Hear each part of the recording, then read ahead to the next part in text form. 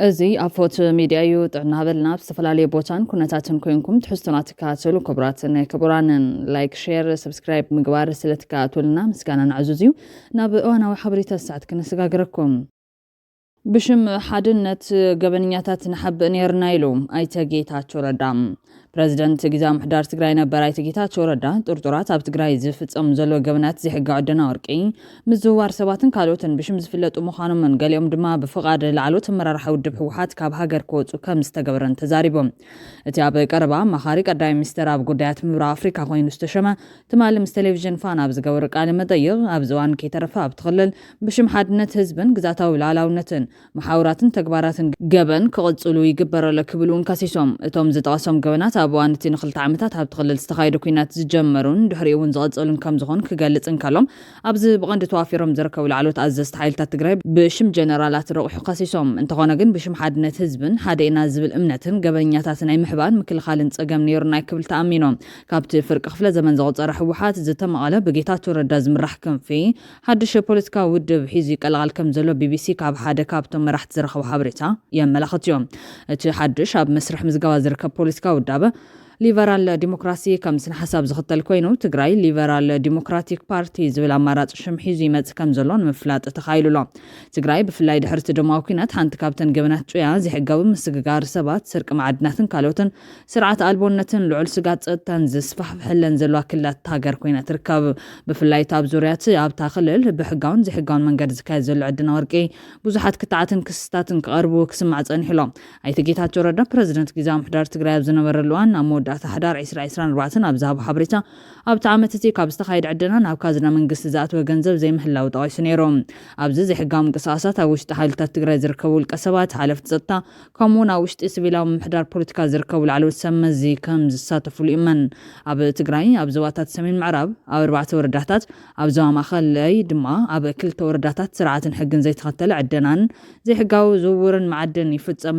صنحوت أبزوات يملكتهم أيتا جيتا توردا بريزيدنت جزام حدار تقراي زنورلوان فلوطات عزز تحايلتات تقراي زخونو جنرالات مالتون عزاز جنبار دو ميجر جنرال يوحنس ولد جورجس مديد عزاز جنبار سمين مورا ميجر جنرال ماشو بينن عزاز جنبار معراب برغاديل جنرال مقوي حايلن كما زنتهم العلو كم زنوري ذكر اب تماسالوان حلاف في بيرو تصدتان سلامن تخلل جنرال فساح كيدانون كاب زنورو مدب حلافنه العلو ونيروم اب تقراي زركو عزز سراويت ابزي حق عدنا ورق زور سباتن توافيرهم كم زركو كقلص دمام زيناي مجمرتو يكونن زيوم جن أبوانت خوينات تحيزو جمرون حرتي نتي كوينات دون مبال استفرم سمع بريتورياون بصافيحو كم زغطلن عملكيتهم نقدر كده حر بريتوريا جمر زمسلو له جن تي كوينات ابز كايدل زلوان دفعن مخاطيلنا زوسدنايو اكسكافاتر ورقن مرايز تقمولو عززت نيرم سبنا شطو زنورون لو بمال بزعبا آلن نزبلو مرداتات تزاريبهم زي حقاوي عدنا ورق عملكيتو ابزارو وكسي برغاديل جنرال مقوي حايله بشمكروق حنكلو جنزا መንግስት አምዝማትን ምጥፍ አንድማ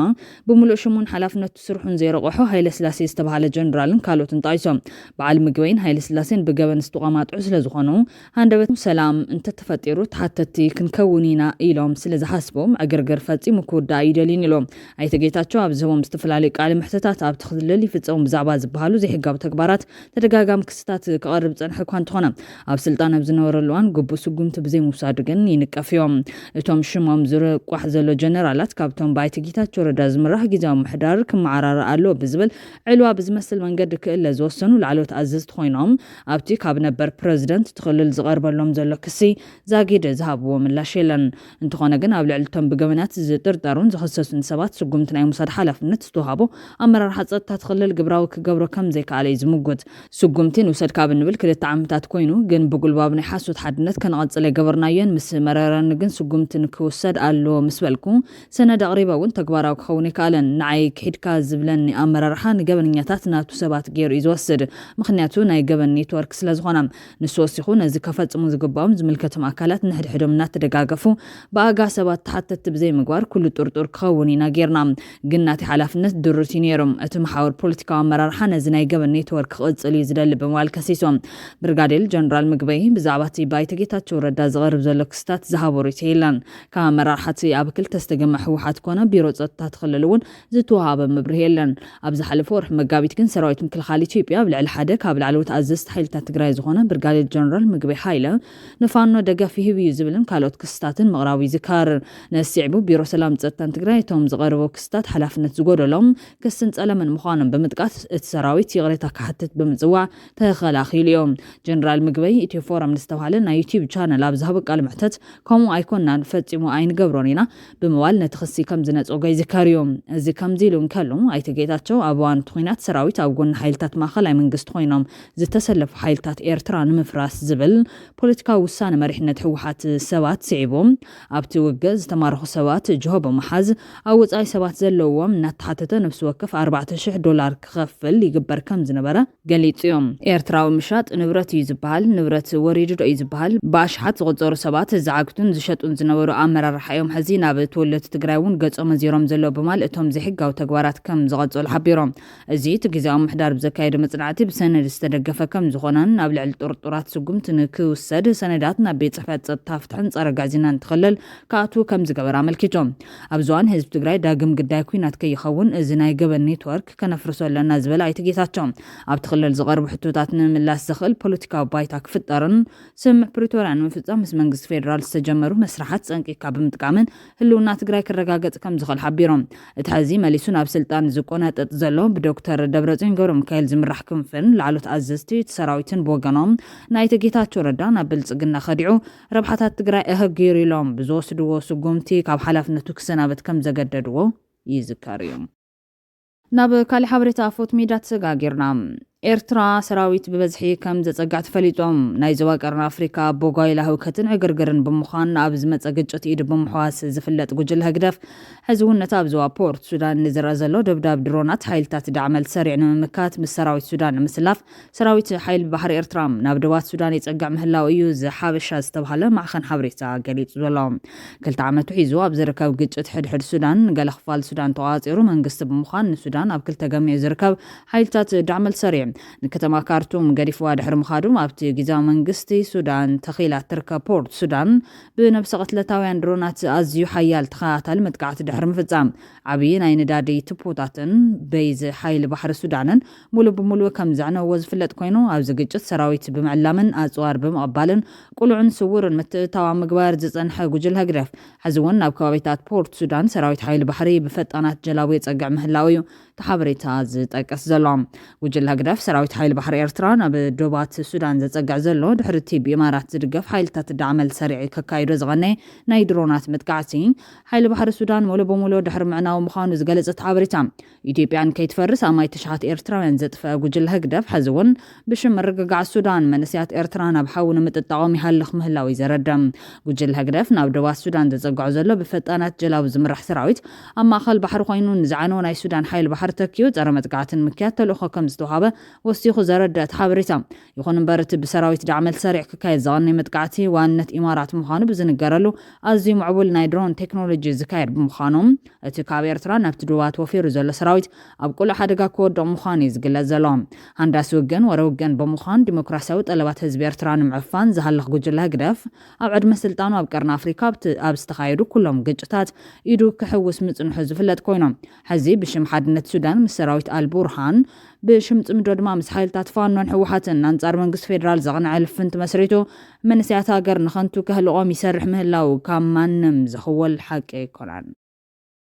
መንግስቲ ኢትዮጵያ ተወሰኽቲ ሓለፍቲ ኣብ ትሕቲ ቀይዲ እትዮም ማሕበር ሰማያዊ ጥዕና ኢትዮጵያ መንግስቲ ፌደራል ፕሬዚደንት ማሕበር ሰማያዊ ጥዕና ኢትዮጵያ ዮናታን ዳናይ ትማሊ ረፋድ ብዝለኣኾም ሓይልታት ጸጥታ ቢሉ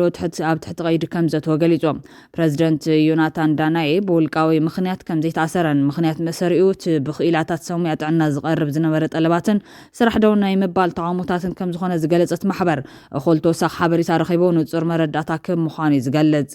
ኣይተ ዮናታን ሓደ መዓልቲ ቅድሚ ምእሳሩ ንሕቶ ትድለለ ዝብል ጻውዒት ካብ ሓይልታት ጸጥታ ሰመዝ መንግስቲ ፌደራል ከም ዝበጽሑ ሓቢሩና ነይሩ ዝበለ መግለጽቲ ማሕበር ትማሊ ግን ስድሩ ደው ኢሎም ዮናታን ካብ ገዙ ብሓይልታት ፌደራል ተወሲዱ ከም ዝተኣሰረ ሓቢሮም ንክብል ገሊጹ ዝርከብ ሰሙያ ጥዕና ኢትዮጵያ ብሰንኪ ሕጽረት ደሞዝ ናብ መንግስቲ ፌደራል ናይ ደሞዝ ይወስኸና ጥርዓን ናብ መቕራብ ምጽንሖም ዝፍለጥ ኮይኖም መንግስቲ ፌደራል ክሳብ 17 ጉንበት 2025 ዘሎ ግዜ ንሕቶም መልሲ ከም ተዘኪሉ ኣብ መላእቲ ሃገር ዝርከቡ ሰሙያ ሕክምና ኣብ መንግስታዊ ትካላት ዝነበረ ሙያዊ አገልግሎት ደው ከብሉ ምዃኖም ከጠንቅቑ ምስ ምጽንሖም መንግስቲ ፌደራል ኣሲርዎ ክኸውን ከም ዝኽእል ዘመን ወርሓዊ $80 ጥራሕ ክፍሊ ዝረኽቡ ዶኳትር ኣትሒዝካ ክሳብ ዝነኣሱ ናይ ቀዳማይ ረድኤት ሓጋገዝ ተሓኻይም ነቲ ዕግበት ገዛ ኽራይ ኣይከፍለን ኣብ ትሕቲ ዝብል ቴማ ዝፈለመ ኣድማ ሰሙያ ሕክምና ብዝለዓለ ቁፅሪ ክጽምበርዎን ካብ ሰሙያ ሕክምና ናብ መምሃራን ከይተረፈ ክሰገር ዝተዓዘበ መንግስቲ ፌደራል ንሕቶም ብጎነፅ ክፈትሖ ምፍታኑ ኣብ እምቢታ ስራሕ ክሳብ ህዝባውን ዓብ ዝኸይድ ዝገደደ ሓደጋ ክፈጥር ከም ዝኽእል ዘመን ሰሙያ ጥዕና ኢትዮጵያ ብደሞዞም ክነብሩ ብዘይምኻሎም ጠለቦም መንግስቲ ክምልስን ጸቕጢ ክፈጥሩ ይፍትነለው ከምኡ እንተዘይኮይኑ ስራሕ ደው ናይ ምባል ኣድማ ከም ዝገብሩ ኣጠንቂቖም ነዚ ምንቅስቓስ ድጋፍ ገይሮም ዝተባሃሉ ገለ ሓለፍቲ ማሕበራት ድማ ኣብ ቀይዲ ይኣትውሎም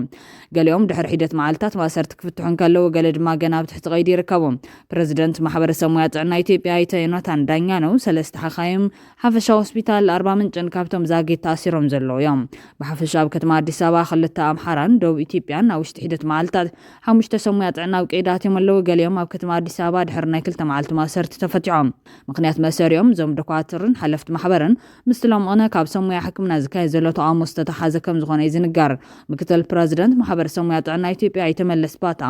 ማእሰርቲ ኣይተ ዮናታን ብቐጥታ ምስቲ ዝቐነይ ተቃውሞ ዝተኣሰር ከም ዝኾነን መንግስቲ ነቶም ጠለባት ምላሽ ክህብ ኣለዎ ዝብል ደብዳቤ ምጽሓፉን ድጋፍ ድሕሪ ምስምዖን ዝሰዓበ ከም ዝኾነ ይዛረብ ሰብ ሞያ ጥዕና ንዓመታት ከልዕልዎ ዝጸንሑ ወስኺ ደሞዝን ካልእ ጥቕማጥቕምን እንተዘይተማሊኡሎም ስራሕ ደው ናይ ምባል ኣድማ ክገብሩ ምዃኖም ከጠንቅቑ ቀንዮም እዮም ኣብቲ ሃገር ዘሎ ልዕሊ ዋጋ ምንባብሮ ኣብ ግምት ብምእታው ወርሓዊ ደሞዞም ክነብሩሉ ዘይኽእሉ ኣዝዩ ትሑት ምዃኑ ንቢቢሲ ሓቢሮም እዮም ኢትዮጵያን ሰሙያ ክንክን ጥዕና ክንደይ ይኸፈሉ ስድሮም ንምምጋብ ክሳብ ክንደይ ይቃለሱ ንምንጽጻር ኣብ ጎረቤት ሃገር ኬንያ ወርሓዊ ደሞዝ ሰሙያ ክንክን ጥዕና ንራ ኣብ ኬንያ ጀማሪ ሓፈሻዊ ሓኪም ኣብ ወርሒ ልዕሊ 105 ኣብ ወርሒ ልዕሊ $1,500 ማለት እውን ልዕሊ 190,000 ብር ይኽፈል ሰሙያ ሕክምና ብፍላይ ኣብ ዝሓለፉ ሒደት ዓመታት ኣብቲ ሃገርና ወስኻ ዝኸይድ ዘሎ ዋጋ መነባብሮ ናብሮኦም ኣጸጋሚ ከም ዝገበረሎም ይዛረቡ ኣለዉ ክቡራትን ክቡራንን ካብ ኣፎት ሚድያ ዝተዳለወ ትሕዝቶ ሰዓት ኣቕሪብና ዛዚምና ላይክ ሼር ሰብስክራይብ ምግባር ቤተሰብ ኣፎት ኩኑ ሰናይ ግዜ ንምነ